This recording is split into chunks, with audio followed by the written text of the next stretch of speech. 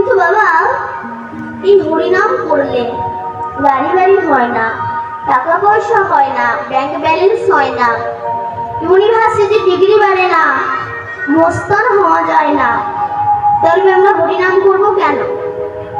বলছে হরিনাম করলে কিছু হোক বা না হোক, অন্তত অমানুষ থেকে মানুষ হওয়া যায়, পশুবৃত্তি থেকে মনুষ্যত্ব বৃত্তি জেগে উঠল।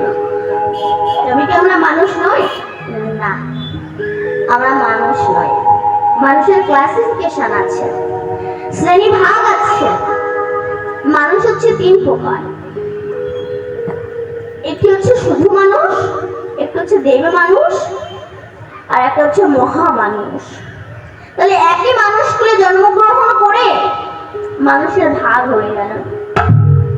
আমরা তো বলি সবাই মানুষ, অসুবিধা কোথায়? ভুল। যেমন সব জল জল নয়, গঙ্গার জল, সাগরের জল, নদীর জল, পাতকুয়ার জল, পায়খানার প্যানির জল, কোন জলে পূজা হয়, আবার কোন জলে পূজা হয় না। আপনি গঙ্গা জল বোতলে রেখে দিন, পোকা হবে না, কিন্তু পুকুরের জল বোতলে রেখে দিন, পোকা হয়ে যাবে। আচ্ছা, সাগরে তো অনেক জল থাকে, ওই জল খেলে পিপাসা মেটে না, কিন্তু কলের জল খেলে পিপাসা মিটে যায়। তেমনি জগতে অনেক ধনী ব্যক্তি আছে, আমি সবার কথা বলছি না, জগতে অনেক ধনী ব্যক্তি আছে, তাদের সঙ্গে মিশিয়ে আত্মাটার তৃপ্তি হয় না। অনেক গরিব লোকের সঙ্গে মিশে আত্মাটার তৃপ্তি হয়ে যায়। এই জন্য তো বলছি কোন জলে পোকা হয়, কোন জলে পোকা হয় না। ঠিক তেমনি কোনো মানুষের সঙ্গে মিশলে অহংকারের পোকা তৈরি হয়, আবার কোনো মানুষের সঙ্গে মিশলে অহংকারের পোকা মরে যায়। আচ্ছা, আমার সব যদি জল হবে, ওই পায়খানার প্যানের মধ্যে যে জল আছে, ওই জল আপনি এক কাপ তুলে নিয়ে চা করে খান, দেখিনি? পারবেন না। কেন? বায়ু গন্ধ। ও দেখতে স্বচ্ছ, কিন্তু এমন জায়গায় বাস করে, ওকে ছুঁড়ে স্নান করতে হয়। তেমনি জগতে অনেক ব্যক্তি আছে, এরা দেখতে সুন্দর, কিন্তু এমন এমন মানুষের সঙ্গে মেশে এদেরকে ছুঁড়ে স্নান করতে হয়। এরা উদ্ধার হবে কি করে?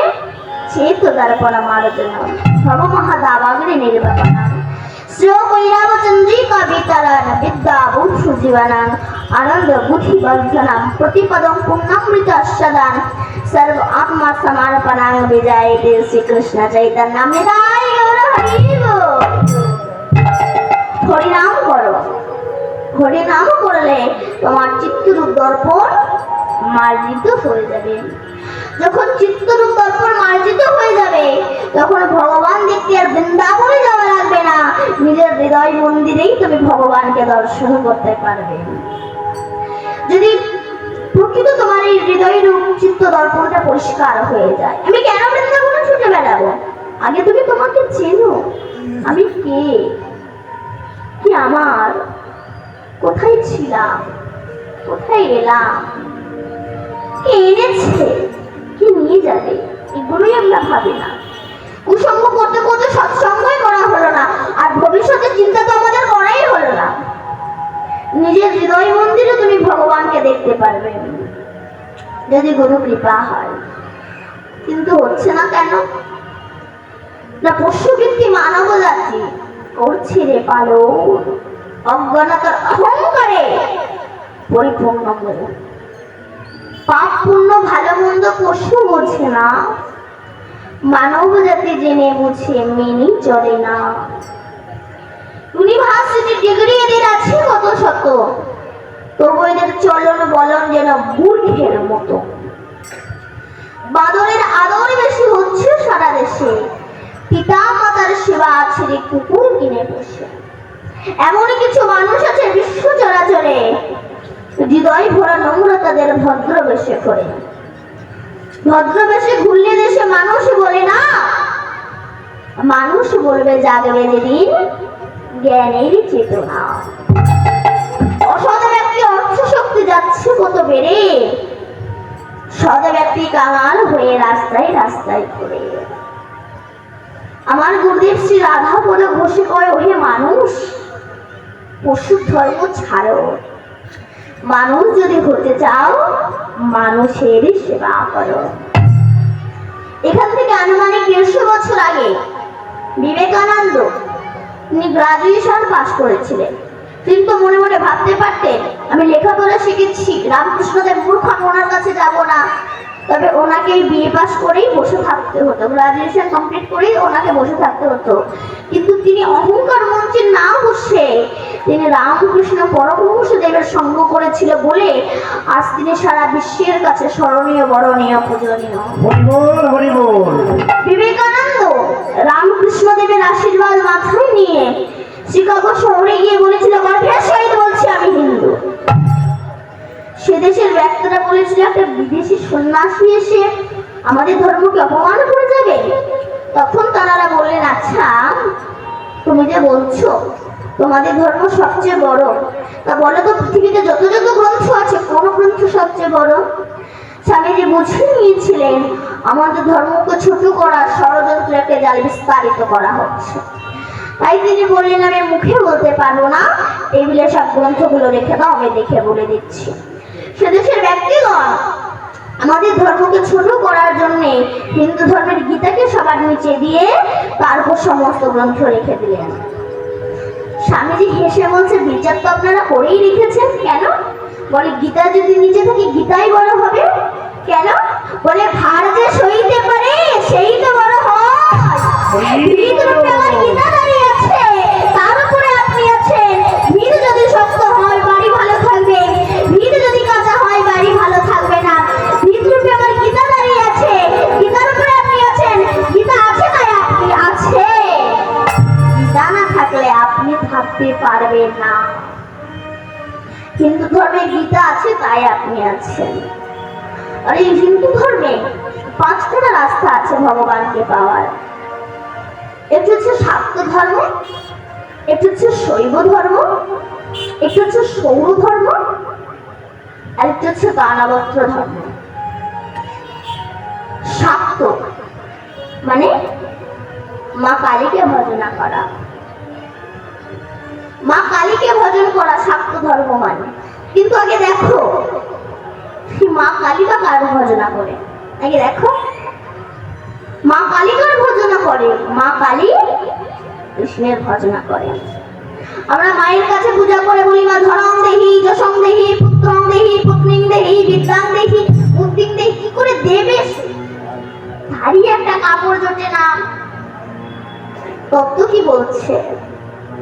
ধনং দেহি আস্তে কোন ধন, মা মাগো তুমি আমায় এমন একটা ধন দাও যে ধনের দ্বারা যেন আমি সাধু গুরু বৈষ্ণবের সেবা দিতে পারি। কেউ এই একই টাকা কেউ নষ্ট করে সুরাপান করে, কেউ অকাজ কুকাজে ব্যয় করে, আবার কেউ তিলে তিলে রেখে দেয় সাধু গুরু বৈষ্ণবের সেবা দেওয়ার জন্য। মা বিদ্যাং দেহি, মা তুমি আমায় এমন বিদ্যা দাও যার দ্বারা যেন আমি শাস্ত্র গ্রন্থ রচনা করতে পারি। মা গো পত্নী দেহি, মা তুমি আমায় এমন একটা পত্নী দাও সে যেন না বলে চলে একটু মিঠুন চক্রবর্তীর বই দেখে আসে, সে যেন বলে চলে একটু হরিনাম শুনে আসে। মা কালী উলঙ্গ হয়েছে। কোন উলঙ্গ? তিনি কামনা বাসনার বসনটাকে খুলে ফেলেছে। কামনা বাসনার বসন খুলে ফেলে মুক্ত অঙ্গে রাস্তায় রাস্তায় হা কৃষ্ণ হা কৃষ্ণ হা কৃষ্ণ বলে বেড়াচ্ছে। সেই মাকে পূজা করে বলে, মা তুমি যেমন মুক্ত অঙ্গে রাস্তায় রাস্তায় কৃষ্ণ কৃষ্ণ বলে বেড়াচ্ছ, আশীর্বাদ করা যেন আমিও কামনা বাসনার বসনটাকে খুলে ফেলে মুক্ত অঙ্গে রাস্তায় কৃষ্ণ কৃষ্ণ বলে বেড়াতে পারি। তাহলে সেই মা কালী কৃষ্ণের ভজনা করে। তাহলে বাবা যদি সেই মা কালীকে ভজনা করে ভগবানকে পাওয়া যায়, তবে মা কালী কেন আমরা ভজন করব? এইবার আপনাদের মনে প্রশ্ন জাগতে পারে, যদি কালী মাকে পূজা করি কৃষ্ণকে পাওয়া যায়, তবে আমরা গুরু ধরবো কেন? গুরুটাকে ধরবো কেন? দেখুন না, একটা লেটার বাক্স, সেটা একটা সাধারণ মানুষের বাড়িতেও থাকতে পারে, ক্লাব ঘরেও থাকতে পারে, আবার সরকারের ঘরেও লেটার বক্স আছে। তো তুমি যদি তোমার বেদনার চিঠিখানা ক্লাবের লেটার বক্সে দাও, ওটা ওখানেই পড়ে থাকবে। কিন্তু যদি তোমার ওই বেদনার চিঠিখানা সরকারের লেটার বক্সে দাও, ওটা দিল্লি বোম্বে যেখানে পাঠাবে সেখানে চলে যাবে। ঠিক তেমনি তুমি যদি তোমার বেদনার কথা সংসারকে জানাও, আরো তুমি বেশি করে ঘাত প্রতিঘাত লাঞ্ছনা পাবে। কিন্তু যদি তোমার এই বেদনার চিঠিখানা গুরুর চরণে দাও, গুরু নিয়ে গোবিন্দের চরণে পৌঁছে দেবে, সরকারের লেটার বক্সে ফেলে দিলে দিল্লি বোম্বে আবার ভগবানের চরণে পৌঁছে যাবে। তাহলে মা কালী ইনি ভগবানকে ভজনা করে। এবার শৈব ধর্ম। শৈব মানে কি? শিব ধর্ম। শিব কিন্তু ভগবানের উপাসনা করে। ভগবান যখন 125 বছর বয়সে জরাব্যাধির তীরে দেহত্যাগ করলেন, তখন নারদ এসে বলছে, প্রভু আপনি ভগবান, আপনি সঠিক ভগবান না রেডিমেড ভগবান, একটু বলুন তো। বলে কেন? বলে তুমি যদি ভগবান হবে, সামান্য জরাব্যাধির তুমি দেহত্যাগ করলে কেন?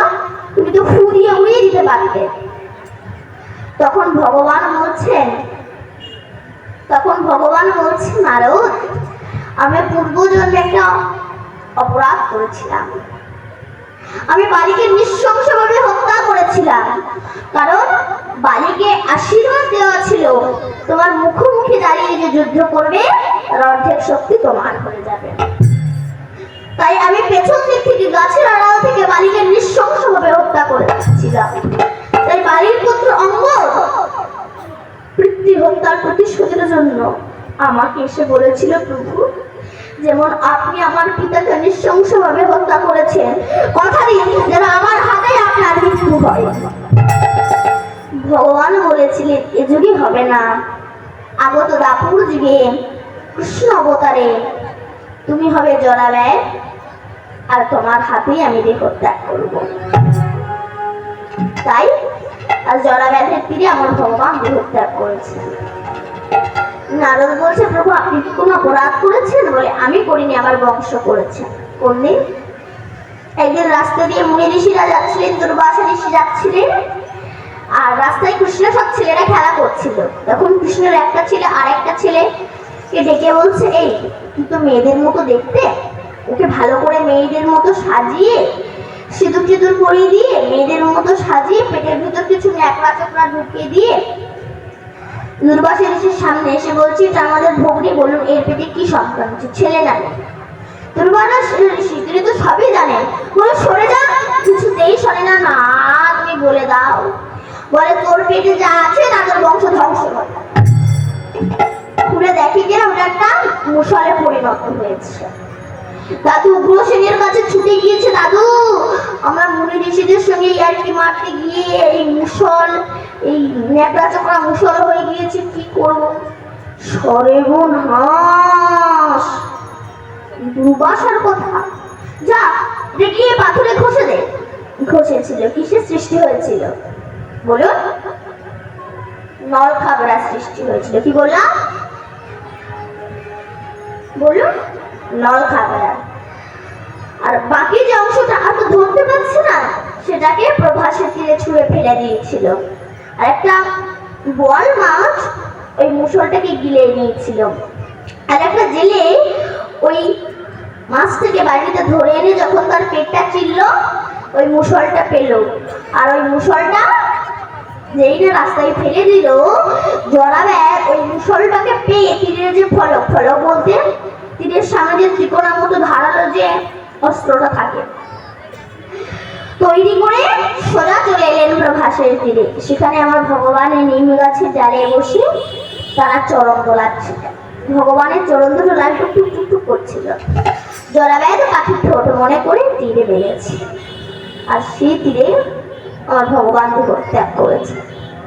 অনেকে বলে ভগবান মরে যাওয়ার পরে নাকি তাকে সদ্দাহন করা হয়েছিল।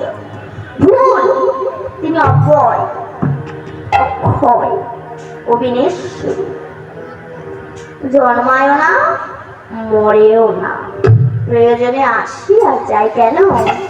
যদা যদা হি ধর্মস্য গ্লানির্ভবতি ভারত অভ্যুত্থানম অধর্মস্য তদা ধম্মানাং সৃজম মহান। পরিত্রাণায় সাধূনাং বিনাশায় চ দুষ্কৃতাম প্রকৃতাম ধর্ম সমস্ত পরামথায় সম্ভাবামি যুগে যুগে।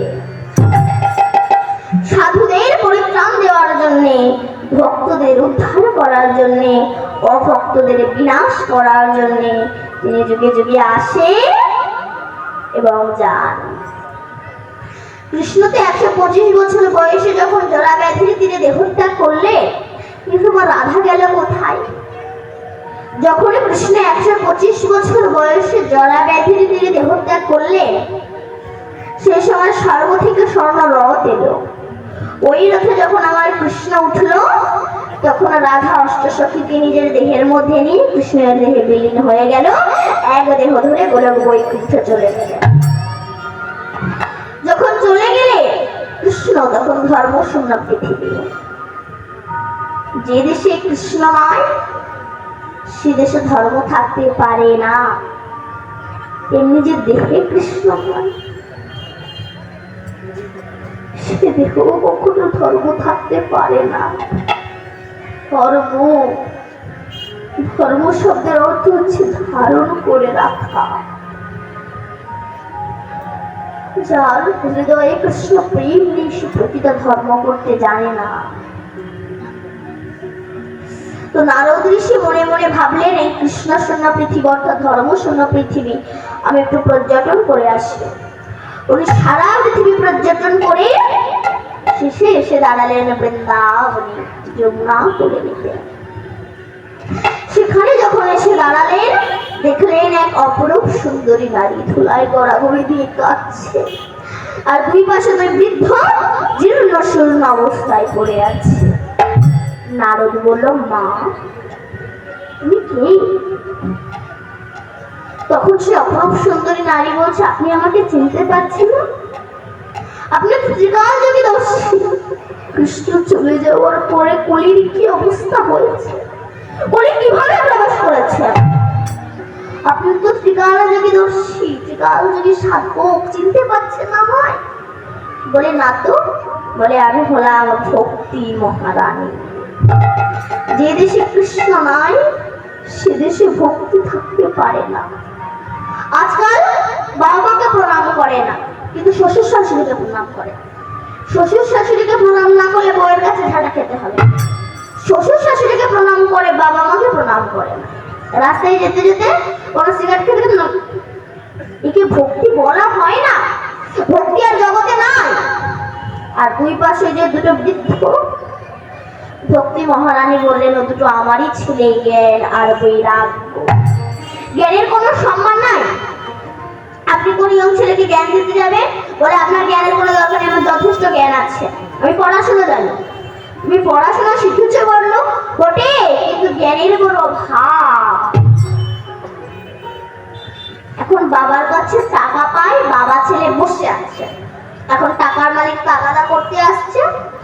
এখন বাবা বলছে, খোকা শোন, ও যে ব্যক্তিটি আমার কাছে টাকা পায়, যদি এসে বলে বাবা কোথায়, তুই বলবি বাবা বাড়িতে নাই। বলে, তুমি যে জ্যান্ত বাবা বসেছ, আমি তো বলছি বলবি। এখন চিটিংবাজ মতো বাবা ছিল তো, টাকা দেবে না। ঘরে এসে চাদর মুড়ি দিয়ে শুয়ে পড়েছে। এবার যখন মাথাটা ঢাকতে গিয়েছে, পা বেরিয়ে গিয়েছে। এখন টাকার মালিক এসে বলছে, এই খোকা তোর বাবা কোথায়? বলে, বাবা নেই। বলে, একটু আগে দেখবেন। বলে, চলে গেছে। বলি, যে ঠ্যাং দেখা যাচ্ছে, ঠ্যাং কাটে? বলে, ওটা শুধু ঠ্যাং, বাবা বাড়িতে ঠ্যাং রেখে চলে গিয়েছে। যেমন শুধু ঠ্যাং বাবা নাই, জগতে কিছু কিছু মানুষ আছে শুধু মানুষ, অসভ্যতার কাণ্ড জ্ঞান নাই। জ্ঞানের কোনো সম্মান নাই, বৈরাগ্য এরও কোনো সম্মান নাই। তাই কৃষ্ণ শূন্য পৃথিবীতে ভক্তি মহারানী, জ্ঞান আর বৈরাগ্যের অবস্থা খুব খারাপ। তখন নারদ ঋষি পাহাড়ের উপর বিষণ্ণ বদনে বসে আছে। এই কলির মানুষ উদ্ধার হবে কি করে? কি করে উদ্ধার হবে এরা? এদেরকে আমি কি করে উদ্ধার করব?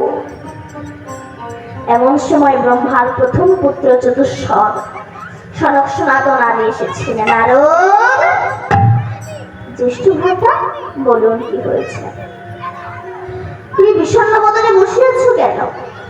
তখন নারদ ঋষি বলল, হে জ্যেষ্ঠ ভ্রাতা, আমি সারা পৃথিবী পর্যটন করলাম। প্রথম গেলাম বৈষ্ণবের বাড়িতে, আজ বৈষ্ণবরা অহংকারী হয়ে গেছে। আমি বৈষ্ণব মনোযোগ করতে করতে অপরের সমালোচনা করেছি, এটা না একদম ভালো না, ওই মেয়েটা না একদম ভালো না। আরে ওরা যে ভালো না, ওদেরকে ভালো করাটাই তো তোমার কর্তব্য।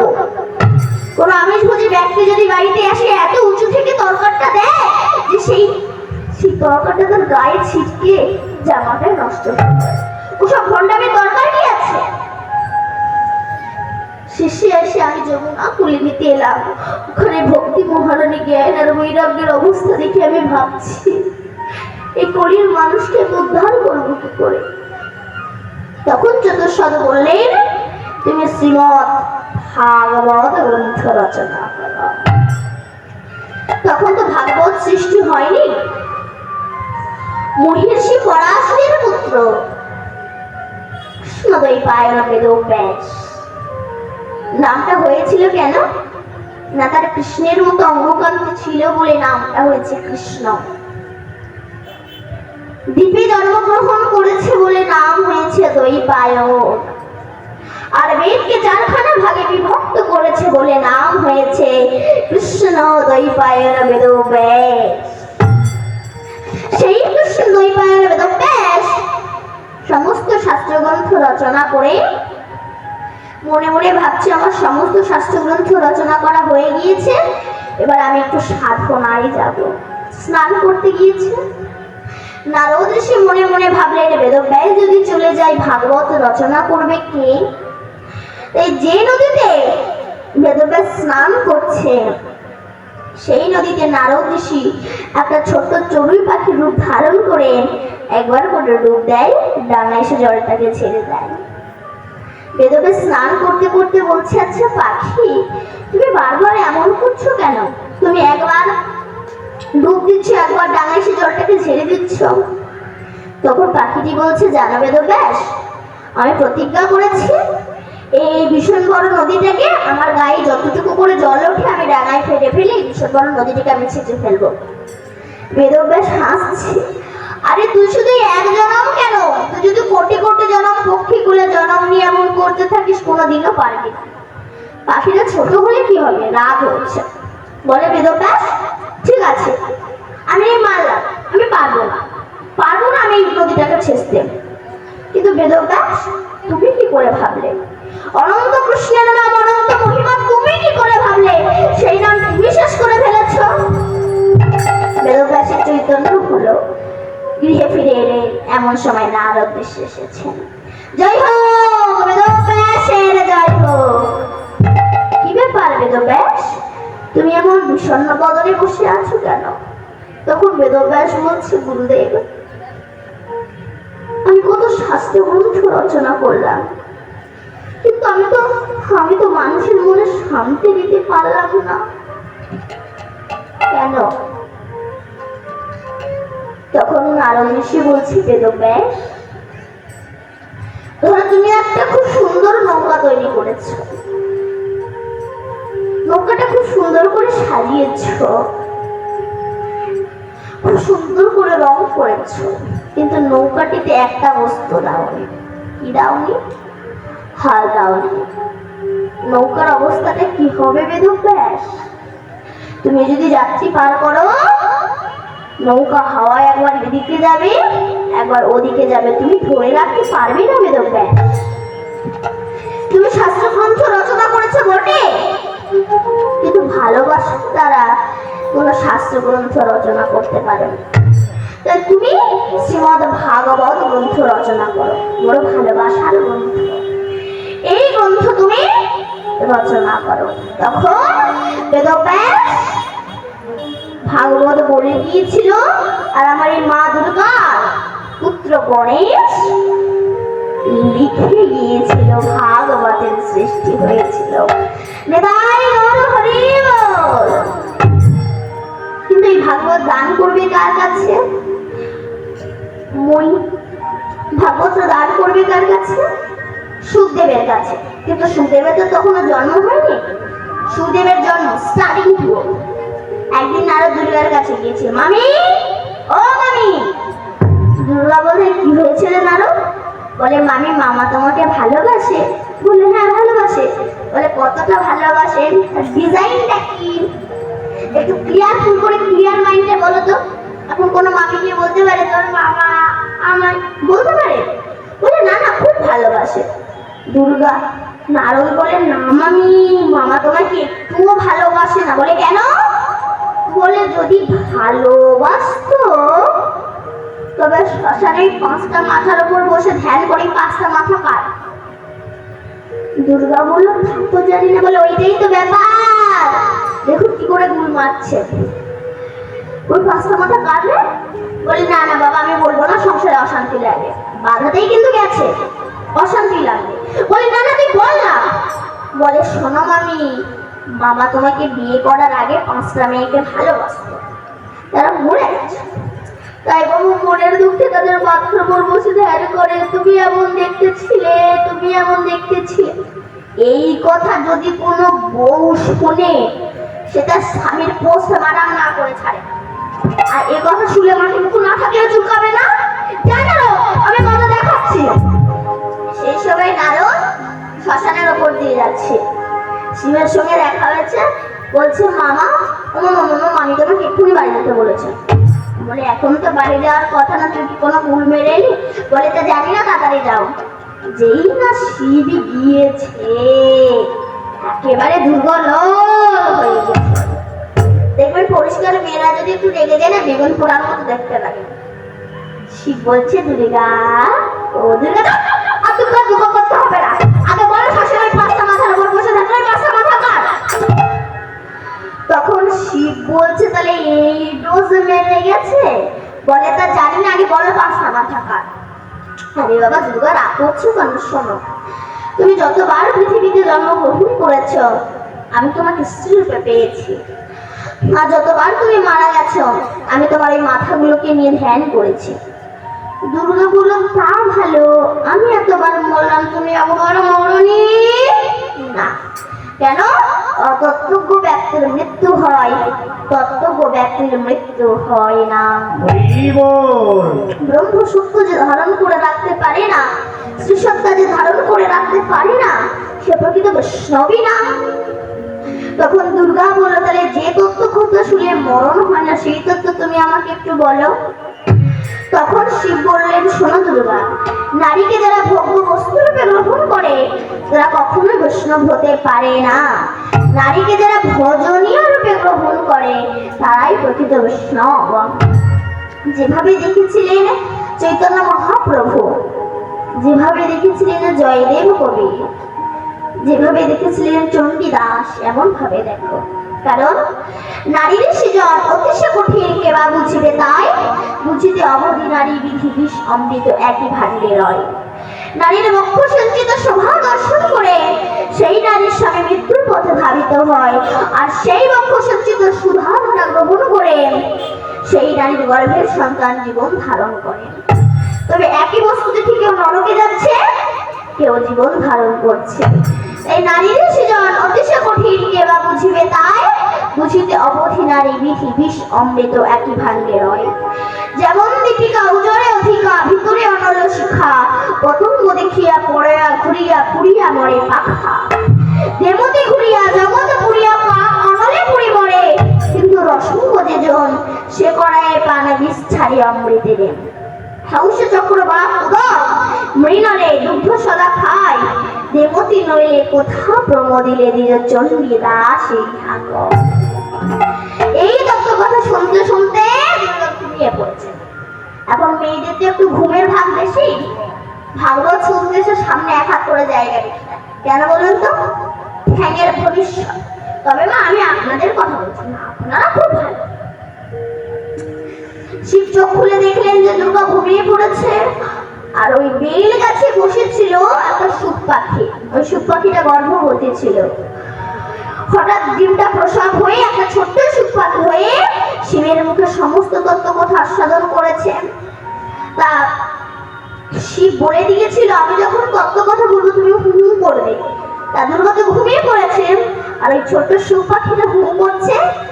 তখন শিব চোখ খুলে দেখলেন তো দুর্গার মতো গলা নয়, চোখ খুলে দেখলেন একটা ছোট্ট সুখ পাখি আমার মুখে সমস্ত তত্ত্ব আস্বাদন করেছে। শিব মনে মনে ভাবলেন এই তত্ত্ব প্রচার হয়ে যাবে, ত্রিশূল নিয়ে ছুটে গেলেন মারবে বলে। সেই সময় পাখিটি উঠতে উঠতে ব্যাসের স্ত্রী বৃথিকা দেবী হা করে চুল ছিঁড়ছিলেন। পাখিটি উঠতে উঠতে গিয়ে গাল থেকে মায়ের গর্ভে প্রবেশ করেছে। শিব বসেছিলেন কতদিন? 16 বছর। 16 বছর বসেছিল। ব্যাস বলল, শিব তুমি এখানে কেন? বলে, আমার মুখে তত্ত্ব কথা সাধন করে একটা পাখি তোমার স্ত্রীর গর্ভে প্রবেশ করেছে, ও যখন বহির প্রকাশ হবে ওকে হত্যা করব। তখন ব্যাসদেব বলল, শিবের মুখে যে তত্ত্ব কথা শুনে পৃথিবীর হেন কোনো শক্তি নেই যে তাকে মারবে, চলে যাও। শিব যখন চলে গিয়েছিলেন ওই 16 বছরের পূর্ণ যুবক আমার শুকদেবের জন্ম হয়েছিল।